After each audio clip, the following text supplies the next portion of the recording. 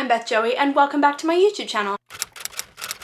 If you're new here, welcome, welcome. This is a channel where I paint my face, turn my camera on and talk about some books. I am in a little bit of a reading slump at the moment and I'm really struggling through it. Maybe it's because I tried to read so many books in May to try and get my spring TBR sorted because I'd completely forgotten about it. Or maybe it's just because I'm in an absolute Bridgerton phase at the moment, but I don't have any of the Bridgerton books to actually read. Either way, I'm in a massive slump, and so I've decided to just have a scroll through my favorite genre, which is romantasy or fantasy romance, fanro if you're not familiar with the term, and just pick out some books that I'm really excited to read and create, I guess, a new romantasy TBR. So without further ado, let's run through the 10 books that are on my romantasy TBR that I'm hoping to get to really soon, at the very least by the end of the year. First up, we've got the Ex Hex by Erin Sterling. This is definitely like a fall read. It's very witchy, very fun, and it's definitely a short little baby book, which I love. As for what it's about, it says, "You broke my heart, Reese Penhallow, and we curse you. You and your whole stupid hot line."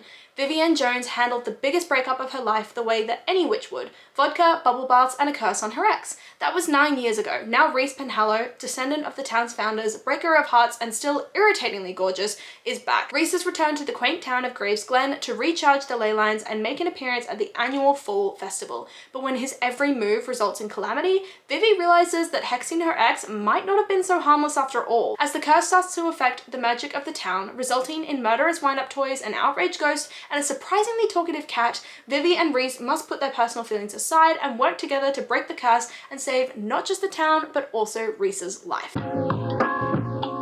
Next up, we've got Kingdom of the Wicked by Kerri Maniscalco. This is technically a reread for me, but I really want to read the whole series. Might do that in a bit of a series smash up vlog. I don't know. Let me know down below if that's something you'd be interested in. But as for what this is about, it says, "Two sisters, one murder, a quest for vengeance that will unleash hell itself. Amelia and her twin sister Victoria are Strege, witches who live secretly among humans, avoiding notice and persecution. Until one night, Victoria misses dinner service at the family's renowned Sicilian restaurant. Amelia soon finds the body of her beloved twin, desecrated beyond belief. Devastated, Amelia vows to seek vengeance at any cost, even if it means using dark magic that's been long forbidden.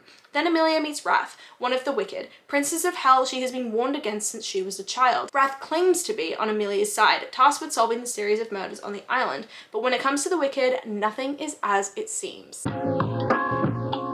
Next up, we've got another book which is technically a reread, but again, I want to smash out the rest of the series and I don't remember a lot about what happened in this book, and that is The Bridge Kingdom by Danielle L. Jensen. As you can see, I got a misprinted version, so we've got this like white line along the bottom and then the title is cut off at the top, but as long as the content of the inside is fine, I'm fine, and it is, so that's fine with me. As for what this is about, it says, "Raised as a warrior, Princess Lara knows two things. King Aaron of the Bridge Kingdom is her enemy, and that she must be the one to bring him to his knees. The Bridge Kingdom is the only route through a storm-ravaged world, and it uses its power to deprive its enemies, including Lara's homeland. When she's sent to be King Aaron's bride, Lara will do whatever it takes to bring down the kingdom's defenses, even if it means seducing her new husband. Yet as she learns more about the war to possess the bridge, Lara's feelings for Aaron transform from hostility to passion, and she faces a terrible dilemma: which kingdom to save and which to destroy."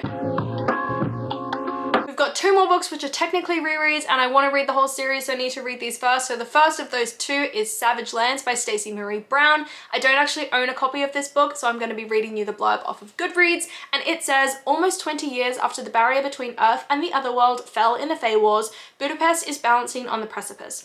A battle for dominance is brewing between the elite Fae and the privileged humans in Eastern Europe. The prejudice between the sides is bubbling with hate and violence. 19-year-old human Brexley has grown up in privilege, but not without heartbreak. After being orphaned, she is taken in by General Marcos, living in a walled city rife with power grabs and ruthless political games. Then one night, the course of her life changes, and Brexley is thrown into the most feared prison in the East, Hallowhas, the House of Death, where you go in but don't come out. She must learn to live with the worst of Fae and human criminals. The rule of hierarchy puts humans on the bottom, where the only way to survive each day is to make alliances with the Fae. Here she meets the sexy, vicious legend Warwick Farkas, a myth among man and Fae. He is as brutal, cruel, arrogant, and as lethal as the law says he is, ruling the prison with unchallenged authority. Brexley can't deny an intense draw to him, one that might cost her her life.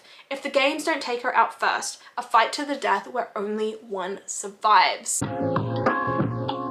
And And the last reread is Rhapsodic by Thalassa. This is a series that, again, I have read the first book but want to reread it in order to continue.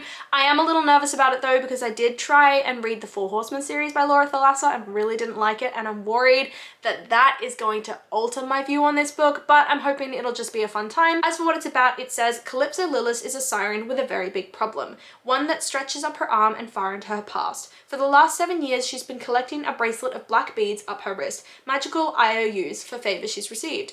Only death or repayment will fulfill the obligations. Only then will the beads disappear. Everyone knows that if you need a favor, you go to the bargainer to make it happen. He's a man who can get you anything you want at a price. And everyone knows that sooner or later, he always collects. Next up, we've got With Fire in Their Blood by Delacorte. I am obsessed with this cover. I love the purple and the pops of red against it, but as for what it's about, it says, a simmering supernatural romance set in the crumbling Italian city of Castello, where mafia clans make the rules, dark magic pulses the streets, and the sins of the past threaten to consume the present. Castello, divided for generations by a brutal clan war, has been kept under control by a mysterious leader determined to maintain order and purity whatever the cost. When Lily arrives, she's instantly drawn to rebellious Liza, brooding Nico, and sensitive Christian. But in a city where love leads to ruin, she isn't sure she can trust anyone, not even herself. Then she accidentally breaks Castello's most important rule. When they test your blood, you'd better not be anything more than human. Next up, we've got an Illumicrate exclusive edition, which I got ages and ages and ages ago, but never actually picked up, and that is The Winner's Curse by Rutkoski. I'm told this is an old fave, came out quite a few years ago, but I'd never heard of it until obviously recently. Annoyingly, there's no blurb like anywhere in this book, which is really, really strange to me. So I'm gonna find the blurb on Goodreads and then read that to you. As for what it's about, the Goodreads blurb says, winning what you want may cost you everything you love. As a general's daughter in a vast empire that revels in war and enslaves those it conquers, 17-year-old Kestrel has two choices. She can join the military or get married, but Kestrel has other intentions. One day, she is startled to find a kindred spirit in a young slave up for auction.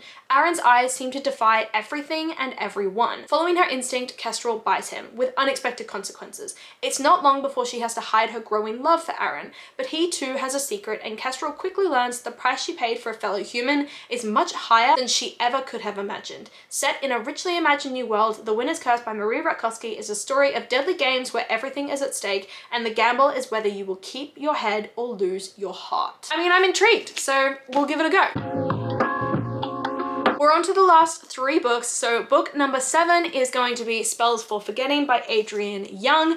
I don't believe this is as traditional in terms of fantasy romance. I've heard some people say it's got like mystery elements in there and maybe magical realism, but I'm not sure, so it's going on this list. As for what it's about, it says Emery Blackwood's life was forever changed on the eve of her high school graduation, when the love of her life, August Salt, was accused of murdering her best friend, Lily. She'd once dreamt of running away with August, eager to escape the misty, remote shores of Saoirse Island and chase new dreams together. Now she is doing what her teenage self swore she never would, living in a quiet existence among this tight-knit community steeped in folklore and tradition, ruled by the seasons and ancient superstitions. But when August returns after 14 years to bury his mother's ashes, Emery must confront her first love and the reason he left so abruptly. But the town wants August gone again, and as the island begins to show signs of strange happenings, the emergence of deep betrayals and hidden promises threaten to reveal the truth behind Lily's death once and for all.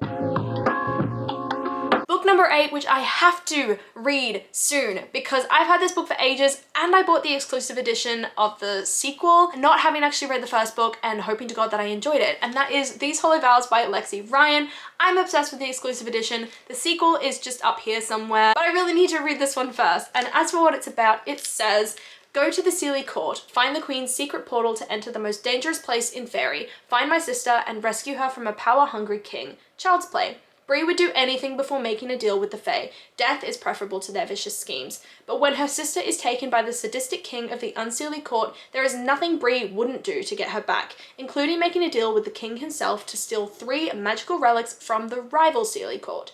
Gaining unfettered access to the Sealy Court is easier said than done. Bree's only choice is to pose as a potential bride for Prince Ronan, the Sealy prince who's not quite as wicked as she once thought.